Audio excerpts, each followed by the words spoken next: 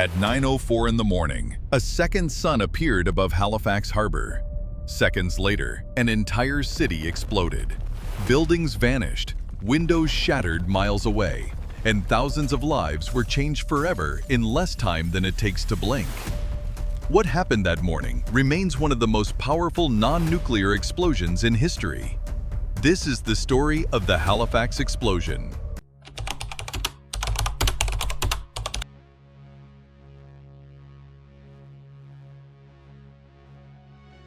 The horizon does not merely brighten, it ruptures. At 9:04 in the morning, a localized sun erupts in the heart of Halifax Harbor, a star born from the belly of a dying ship. There is no warning. 1 millisecond, the Narrows are cradled in the gray, frigid mist of a December morning. The next, 3,000 tons of steel, volatile chemicals, and high explosives turn into a kinetic scythe. The blast wave moves with the arrogance of a god, invisible and absolute. It travels faster than the speed of human perception, outrunning the very sound of its own genesis. Houses are not knocked down. They are pulverized into primordial dust. People standing on the hillsides, watching the smoke, are erased before their brains can register the flash, their bodies vaporized into the freezing air. Water is shoved aside, a massive displacement that reveals the jagged basalt teeth of the harbor floor, only for the sea to collapse back in a mountainous, boiling rage. In the distance, if you are lucky enough to be far away, the world seems to tilt on its axis, a silent, blinding expansion of white light that swallows the morning whole. The morning of December 6, 1917, began with the mundane rhythm of a bustling wartime port. Halifax was the beating heart of the Allied supply chain, a gray industrial hive where ships waited in the roadstead like restless ghosts.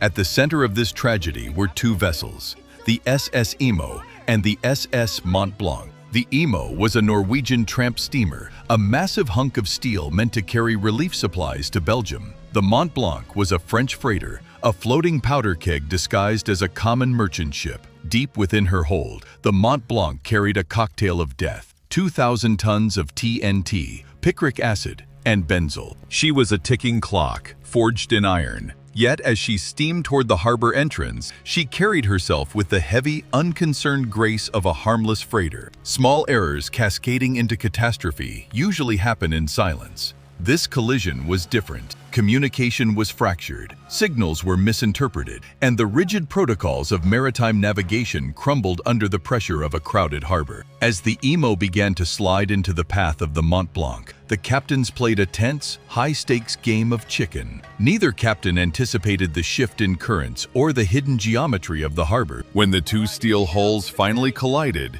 they did not just scrape paint, they tore open the skin of the world. Sparks from the collision ignited benzol barrels scattered across the deck of the Mont-Blanc. The ship became a torch, an inferno drifting aimlessly toward the city's heart. On the shoreline, the disaster took on a surreal quality. Citizens of Halifax, drawn by the terrifying beauty of the ship ablaze, spilled out onto the streets and climbed the heights of Richmond Hill. They watched with a morbid, childlike curiosity as plumes of black, oily smoke billowed against the pale winter sky. They did not know the contents of the hold. They saw a burning ship, a spectacle of war, and they moved closer. They stood at their windows, pressed their faces against the glass, and wondered if the fire would be extinguished. They did not smell the acrid chemical tang of high-order explosives heating up in the cramped dark of the hull.